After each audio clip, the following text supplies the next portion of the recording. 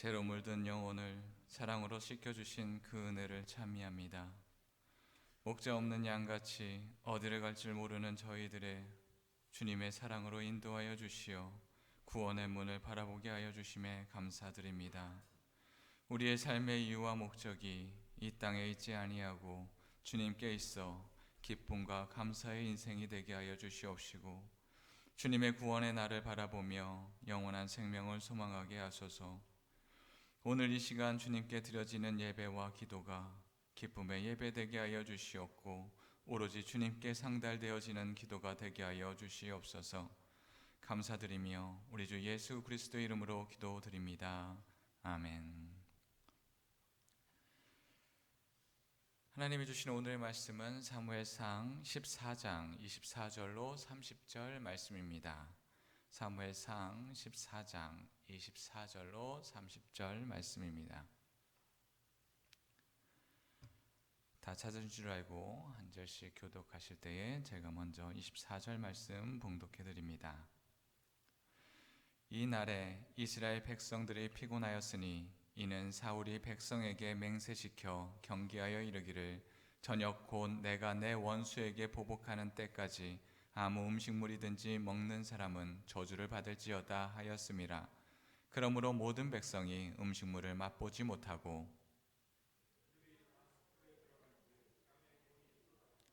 백성이 숲으로 들어갈 때에 꿀이 흐르는 것을 보고도 그들이 맹세를 두려워하여 손을 그 입에 대는 자가 없었으나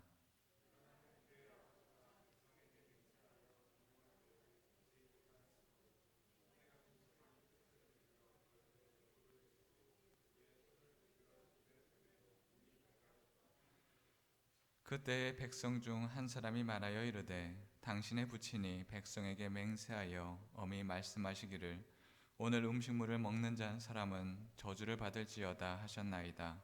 그러므로 백성이 피곤하였나이다 하니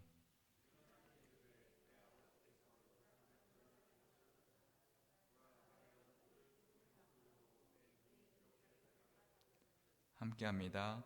하물며 백성이 오늘 그 대적에게서 탈취하여 얻은 것을 임의로 먹었더라면 블레셋 사람을 살육함이 더욱 많지 아니하였겠느냐. 아멘. 아멘. 주님의 말씀을 삼하여 모인 여러분들을 주님의 이름으로 축원합니다. 우리가 어디에 있든지 무엇을 하든지 하나님의 말씀을 우리의 마음속에 깊이 새기며 살아갈 수 있는 저희들이 되기를 주님의 이름으로 축원합니다. 리더가 참 중요합니다. 아무리 강조하여도 정말 리더는 정말 많은 것들을 행하고 가르칠 수 있습니다. 그래서 똑같은 공동체이지만 리더가 바뀜에 따라 어떤 공동체는 그전에는 아무런 일도 아무런 결과도 내지 못했더라면 그 리더가 바뀜을 통하여서 180도 바뀌는 것을 우리는 경험하게 됩니다. 축구의 변방으로 불리던 베트남 축구가 박항서라는 감독이 부임함으로 인하여서 그들은 더 이상 축구의 변방이 되었는 것이 아니라 동남아시아의 맹주로 자리 잡게 되었습니다. 박항서 감독으로 인하여서 베트남은 이제 축구에서 어느 정도 이제 힘이 있게 되었습니다. 리더가 얼마나 중요한가 몸소 보여준 사례라 볼 수 있습니다. 리더가 바뀌니 베트남 축구 스타일이 완전히 바뀌었습니다. 아시아의 그 어떤 나라도 쉽게 볼 수 없습니다. 예전에는 베트남과 경기를 한다라고 하면 승리는 따놓은 당상이야 라고 생각했던 것이 이제는 호락호락하지 않겠구나 생각하게 됩니다. 축구 스타일은 점점 끈기가 있어졌고 그들을 쉽게 대응할 수가 없게 되었습니다. 이는 리더의 철학과 또한 비전이 불모지의 땅을 개척하게 되었으며 그들 마음 속에 새로운 미래를 그리기 시작했다라는 것입니다. 뛰어난 지도자는 미래를 꿈꾸게 합니다. 좋은 지도자를 만나면 한 사람의 인생을 바꾸기도 합니다. 이렇듯 좋은 사람을 만나면 우리의 인생이 변화될 터인데 우리가 하나님을 만나면 얼마나 더 많은 것들이 변화하겠습니까? 하나님이 주시는 참된 소망으로 살아갈 수 있는 저희들이 되기를 주님의 이름으로 축원합니다. 사무엘상 13장 14장의 말씀은 사울에게 있어서 이스라엘의 나라의 기초를 세우는 아주 중요한 시기입니다. 사울은 하나님의 선택하심으로 인하여 통합 이스라엘의 초대 왕으로 선택되었습니다. 그러나 그냥 선택된 것에서 끝나는 것이 아니라 사울은 넓은 아량도 갖고 있었습니다. 제일 처음에 왕으로 선택되었을 때 모두가 다 와, 사울이 너무나 좋다 했겠습니까? 어떤 이는 저 사람이 무슨 우리의 왕이야 라고 이야기하는 자도 있었습니다. 그러나 사울은 그런 사람을 보며 분기를 내는 것이 아니라 그런 생각을 가질 수도 있지 하며 그들도 품을 수 있는 넓은 아량을 가졌던 사람이었습니다. 또한 암몬과의 전쟁을 승리로 이끌어 이스라엘 백성들은 사울 왕을 완전히 이스라엘의 왕으로 인정하고 그를 따르기 시작합니다. 사울이 이스라엘을 잘 다스리는 통치자가 될 것이다 라는 것들이 많은 이스라엘 사람들 마음속에 새겨지기 시작합니다. 그런데 암몬 전쟁 그 이후에 이제 블레셋과의 전쟁이 일어나기 시작했습니다. 오늘 본문 말씀을 메시지 성경으로 봉독해 드리겠습니다. 그날 사울은 참으로 어리석은 일을 저질렀다. 저녁 전 곧 내가 적들에게 복수하기 전에 무엇이든 먹는 사람은 저주를 받을 것이다 라고 군사들에게 말한 것이다. 군사들은 하루 종일 아무것도 먹지 못했다. 들판 공공에 집이 있었지만 그 꿀을 맛보려고 손가락을 대는 자가 아무도 없었다. 다들 저주를 받을까 두려웠던 것이다. 그러나 자기 아버지의 맹세를 듣지 못한 요나단은 막대기 끝으로 꿀을 조금 찍어 먹었다. 그러자 기운이 나고 눈이 밝아지면서 새 힘이 솟았다. 한 군사가 그에게 말했다. 왕께서 저녁 전에 무엇이든 먹는 사람은 저주를 받을 것이다 하고 군 전체를 상대로 엄숙히 맹세하셨습니다. 그래서 군사들이 맥없이 늘어져 있습니다. 요나단이 말했다. 아버지께서 이 나라를 위태롭게 만드셨구나. 꿀을 조금만 먹었는데도 이렇듯 빨리 기운이 나지 않았는가. 군사들이 적에게서 빼앗은 것을 뭐라도 먹었더라면 사정이 훨씬 나았을 것을 그들을 더 크게 쳐웃을 수 있었을 텐데. 아멘. 사회에서 말하는 리더는 결과를 중요하게 여깁니다. 그래서 결과를 도출하기 위하여 다른 사람의 결과를 뺏어오기도 하고 내 것의 실수를 다른 사람의 것인 양 덮어버리기도 합니다. 그러나 하나님의 백성은 결과가 아닌 하나님의 능력을 얼마만큼 신뢰하느냐에 따라 달려 있습니다. 하나님을 신뢰하는 자, 그 사람이 바로 하나님의 말씀대로 하나님의 능력대로 행하는 사람이 됩니다. 결과가 중심인 사람은 주위의 사람들을 이용하려 합니다. 그러다 결과가 나오지 않으면 그 사람 이외에 다른 사람으로 대체자를 찾습니다. 그러나 다른 대체자를 찾을 수 있지만 한 사람, 두 사람 그렇게 대체자를 찾을수록 주위에 괜찮은 사람들은 없어지게 됩니다. 사람이 남아있지 않습니다. 눈에 보이는 결과가 아닌 하나님의 구원의 계획을 신뢰해야 합니다. 요한복음 3장 17절 말씀입니다. 하나님이 그 아들을 세상에 보내신 것은 세상을 심판하려 하심이 아니요 그로 말미암아 세상이 구원을 받게 하려 하심이라. 아멘. 하나님은 세상을 심판이 아닌 구원하시기 위함입니다. 우리가 주님을 신뢰한다면 지금 눈앞에 있는 것이 아니라 하나님의 말씀을 신뢰함을 통하여서 우리는 구원으로 나아갈 것입니다. 이를 아는 사람이 바로 하나님이 세운 사람들입니다. 바로 그 사람들이 하나님의 은혜로 사는 사람들입니다. 구원도 하나님의 전적인 은혜이며 이 세상에 살아가는 것도 바로 주님의 은혜이기 때문입니다. 그러나 하나님이 아닌 다른 것이 눈에 들어오기 시작하면 사람들은 죄를 향하여 달려가기 시작합니다. 하나님의 선택을 받은 사울은 하나님의 사람으로 살고자 하였으나 하나님보다 왕의 자리가 더 빨리 눈에 들어왔습니다. 자신의 자리를 지키기 위하여 자신이 할 수 있는 열심을 다하였습니다. 하나님을 신뢰하는 열심이 아닌 자신의 자리를 지키기 위한 열심으로 그는 타락하기 시작합니다. 하나님을 따르는 리더는 하나님의 뜻을 온전히 살펴야 합니다. 오늘 말씀 24절 말씀입니다. 이날에 이스라엘 백성들이 피곤하였으니 이는 사울이 백성에게 맹세시켜 경계하여 이르기를 저녁 곧 내가 내 원수에게 보복하는 때까지 아무 음식물이든지 먹는 사람은 저주를 받을지어다 하였음이라. 그러므로 모든 백성이 음식물을 맛보지 못하고. 사울이 왕이 되고 처음으로 치른 전쟁은 암몬과의 전쟁입니다. 이스라엘 백성들이 제사장 겸 사사였던 사무엘에게 왕을 요구했던 것은 이방에 있는 나라들이 점차 강성해졌기 때문입니다. 전쟁이 시작되면 빨리 대응해야 하는데 사사시대는 빨리 대응할 수가 없습니다. 사사들이 이 전쟁이 심각한가 심각하지 않은가, 한 지파만 대응해야 하는가, 전체의 12지파가 함께 대응해야 하는가 고민해야 합니다. 또한 고민이 다 끝나면 각 지파별로 사람을 보내어 군대를 보내주십시오 전가를 뿌립니다.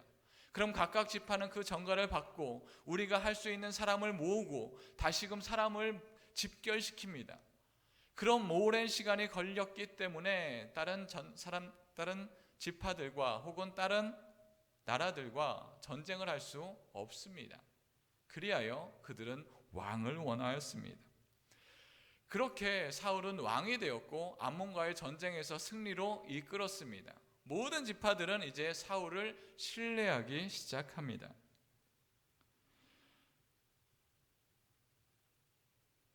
하나님을 온전히 따르고 하나님 앞에 나아가는 것, 그것이 바로 사울 왕이 해야 하는 것이었습니다. 그러나 처음부터 모든 백성이 사울 왕을 따르지는 않았습니다. 전쟁이 끝난 그 이후에 사람들이 온전히 신뢰하기 시작합니다. 사울도 알았습니다. 전쟁을 승리하고 나니 많은 사람들이 나를 인정하기 시작하겠구나. 왕의 자리는 점점 굳건해졌습니다. 그리고 이제 블레셋과의 전쟁입니다. 이미 과거에 블레셋으로 인하여서 많은 고난을 당했습니다. 언약궤를 빼앗기기도 하였습니다. 전쟁에도 졌습니다. 그리하여 고난도 당하였습니다. 블레셋의 전쟁에서 승리한다면 사울의 왕권은 완전히 강화될 것입니다. 어느 누구도 의심할 것이 없으며 어느 누구도 사울에 대하여 대응하지 않을 것입니다. 전쟁에서 그리하여 승리해야 합니다. 전쟁에 승리해야 하는 당위성은 분명합니다. 그러나 블레셋과의 전쟁은 호락호락하지 않습니다. 사울의 뜻대로 되지 않습니다. 블레셋과 이스라엘의 전쟁에서 이스라엘의 전쟁에 참여한 군사의 수는 3,000입니다. 이에 반해 블레셋은 병거가 3만입니다. 군대가 3만이라 할지라도 대응하기가 너무나 어려울 텐데 병거가 3만이라고 하니 군대는 또 얼마나 많겠습니까? 블레셋의 군대의 수에 이스라엘 백성들은 전쟁을 포기하기에 이릅니다. 전쟁을 시작하기 전에 이미 사기가 꺾이기 시작했습니다. 암몬과의 전쟁에서 승리를 하였으니 혹시 블레셋과의 전쟁에서 이길 수 있지 않을까라는 마음의 군대들이 모였으나 블레셋의 군대를 보고 난 이후에 생각이 싹 달라졌습니다. 전의는 상실하였습니다. 전쟁을 바로 시작하지 않으면 이스라엘의 군대는 모두 다 흩어질 것 같아 보입니다. 그런데 제사장 사무엘은 하나님께 제사를, 예배를 드려야 하는데 빨리 오지 못합니다. 사울은 마음이 조급해지기 시작합니다. 빨리 시작하지 않으면 전쟁을 치를 수 없을 텐데 더 이상 지체할 수 없어 사울이 하나님께 제사를 드립니다. 모든 제사가 끝나기 시작하자 사무엘이 눈앞에 보입니다. 그리고 왕이 크나큰 실수를 범하였다 하며 되돌아갑니다. 사무엘의 지지를 받으면 너무나 좋았을 것이지만 그렇다 하더라도 전쟁을 그만둘 수는 없습니다. 그렇다면 전쟁을 어떻게 치를 수 있을까? 이스라엘의 무기를 한번 봅시다. 전쟁을 위한 준비가 잘 되었는지 의심스러울 정도입니다. 사무엘상 13장 22절 말씀입니다. 싸우는 날에 사울과 요나단과 함께 한 백성의 손에는 칼이나 창이 없고 오직 사울과 그의 아들 요나단에게만 있었더라. 아멘. 이스라엘에는 칼을 만들 기술이 없습니다. 이스라엘은 철을 다룰 수가 없었습니다. 그래서 삽이나 괭이를 손보려면 블레셋으로 올라가서 그걸 맡겼습니다. 그런데 블레셋과 전쟁이 시작하려 하니 그 쇠를, 무기를 만들어줄 이유가 전혀 없습니다. 그래서 이스라엘 백성들에게는 칼이 없습니다. 결국 군대에는 칼이 없습니다. 군대의 수도 3,000명입니다. 군대의 수를 보나 무기로 보나 이스라엘에게는 승리를 장담할 수 없습니다. 아니, 전쟁을 시작하게 되면 질 것이 눈에 뻔합니다. 이스라엘 군대의 사기는 땅에 떨어졌습니다. 절망의 상황에서 하나님의 지도자는 하나님의 일하심을 볼 수 있어야 합니다. 말씀 사무엘상 14장 6절 말씀입니다. 요나단이 자기의 무기를 든 소년에게 이르되 우리가 이 할례 받지 않은 자들에게로 건너가자. 여호와께서 우리를 위하여 일하실까 하노라. 여호와의 구원은 사람이 많고 적음에 달리지 아니하였느니라. 아멘. 사울의 아들 요나단은 포기하지 않습니다. 요나단도 알았습니다. 블레셋의 군대가 너무나 많고 그의 무기가 너무나 좋다라는 것 알았습니다. 그러나 전쟁은 사람들 안에 있는 것이 아니고 하나님께 있음을 요나단은 알았습니다. 그래서 그는 오로지 하나님께 모든 것을 의탁합니다. 이스라엘의 사기는 완전히 떨어졌습니다. 3,000명의 군사 중 1,000명은 요나단이, 2,000명은 사울을 이끌었습니다. 그러나 사울의 2,000명이 600명이 되었습니다. 전쟁을 시작하기도 전에 이미 4분의 1 토막이 났습니다. 이는 군사적으로 본다면 말이 되지 않습니다. 군대는 갖고 있었던 부대의 25%가 손실이 나면 전멸했다라고 칭합니다. 이는 전쟁할 능력이 완전히 상실되었음을 이야기합니다. 그래서 사람의 수가 많다 할지라도 그 부대의 25%가 손실이 일어나면 이미 전쟁을 수행할 수 없기에 후방으로 그 군대를 빼버립니다. 그리고 부대원을 충원하여 다시금 부대를 작게 만들더라도 그렇게 만들어서 전쟁을 수행합니다. 그런데 이스라엘은 전쟁을 수행하는 것이 아니라 이미 전쟁의 소멸로 나아가고 있습니다. 시작하기도 전에 이미 끝난 것과 같습니다. 그러한 상황 속에 요나단은 하나님을 붙들었습니다. 하나님이 맡기신 일이 무엇일까? 그것만 바라보았습니다. 요나단은 사람이 갈 수 없는 길을 선택하여 블레셋의 부대로 진입하여 기습을 합니다. 험한 바위를 올라 블레셋에 일격을 가합니다. 생각지 못한 곳으로 올라와 요나단과 군대를 인하여서 블레셋 군대는 당황합니다. 그런데 아무리 봐도 요나단이 기습을 하였다 하더라도 잠깐 이거 뭐야 정도는 할 수 있겠으나 얼마나 당황하겠습니까? 그러나 요나단과 함께 계신 분은 하나님입니다. 제일 처음에 요나단을 통하여서 당황하였으나 그 이후에 하나님이 블레셋을 흔들기 시작하니 그들이 이 전황이 어떻게 되는지 아무도 알지 못합니다. 얼마만큼의 수가 넘어왔는지도 알지 못합니다. 뿐만 아니라 적인지 아군인지도 알지 못합니다. 서로 블레셋의 군대끼리 서로 치고받고 전쟁을 일으키기 시작합니다. 이리하여 블레셋은 서로에게 칼을 들이대고 있습니다. 저 멀리서 사울은 블레셋의 군대가 소동하기 시작한 것을 알아차렸습니다. 이것이 바로 하나님이 주신 기회구나 깨닫기 시작합니다. 사기를 끌어올려 브레셋과의 전쟁에서 완전한 승리를 얻기 위하여서 속전속결로 전쟁을 마무리 지으려고 합니다. 사울은 원수에게 보복하는 날까지 음식물을 먹지 않고 모두 죽이도록 그 전에 음식물을 먹으며 지체하는 자는 하나님께 저주를 받을 것이다 라고 맹세합니다. 왕이 종일토록 자신의 적들에게 복수하려는 욕구는 여호수아가 아얄론 계곡에서 태양을 멈추게 하는 그것과 비슷합니다. 여호수아는 아모리 사람과의 전쟁에서 승기를 잡았고 하나님은 우박을 내려 그 적들을 더욱 혼란케 하였습니다. 여호수아는 그때 태양아 너는 기브온 위에 머무르라, 달아 너는 아얄론 골짜기에 걸어갈지어다 외쳤으며 그 외침을 통하여서 전쟁을 계속 이어서 수행할 수 있었습니다. 오늘의 말씀의 전쟁의 상황도 이와 유사합니다. 요나단이 기습을 하였습니다. 그 기습을 통하여서 블레셋은 당황하였고 하나님이 그들을 혼란스럽게 하고 뒤흔들기 시작하니 더욱더 그들은 혼란스러워 서로를 죽이고 있습니다. 바로 이때 사울은 여호수아와 같이 전쟁의 마침표를 찍고자 하였습니다.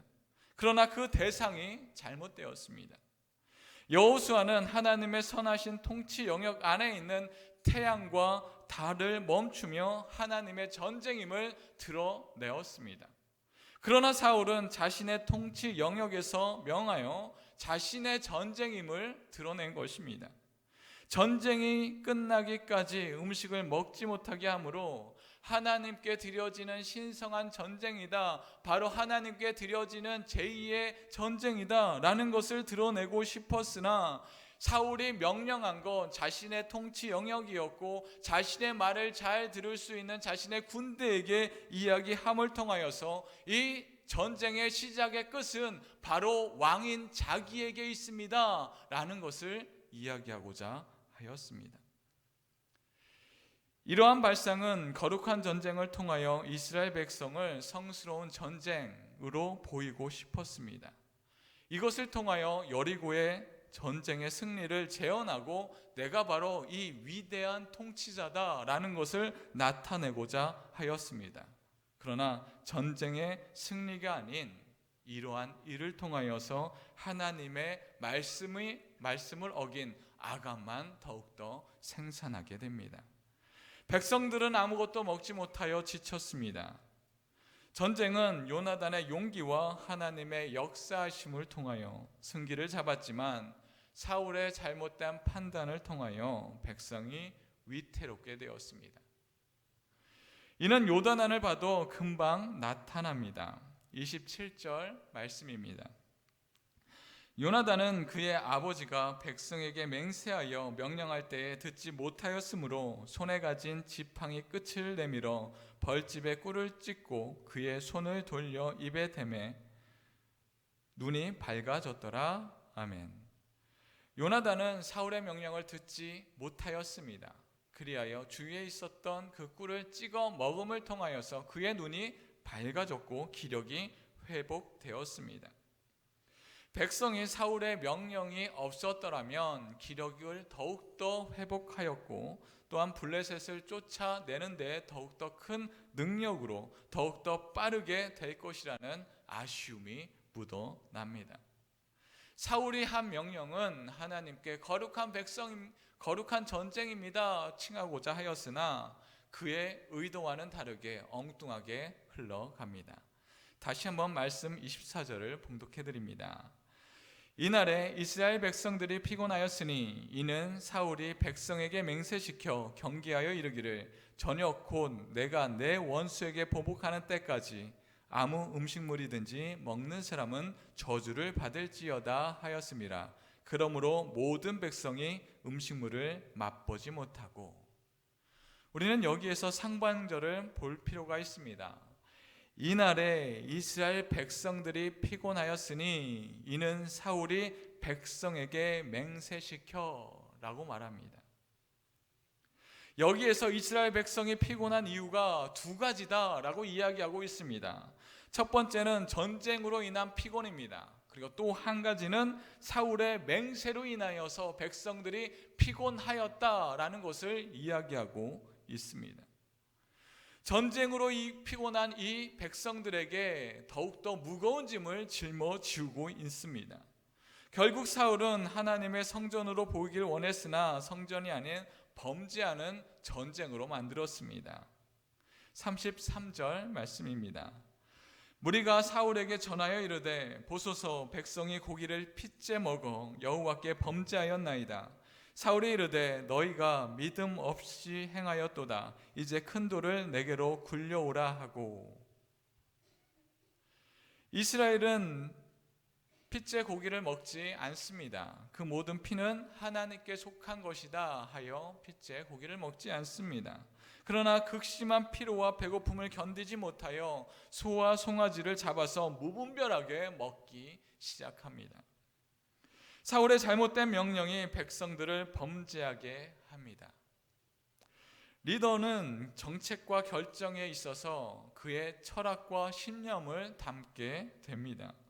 사울의 전쟁의 정책은 하나님께 향하지 않았고 오로지 자신의 자리를 지키는 것, 자신의 이름을 높이는 것에 정점이 있었습니다.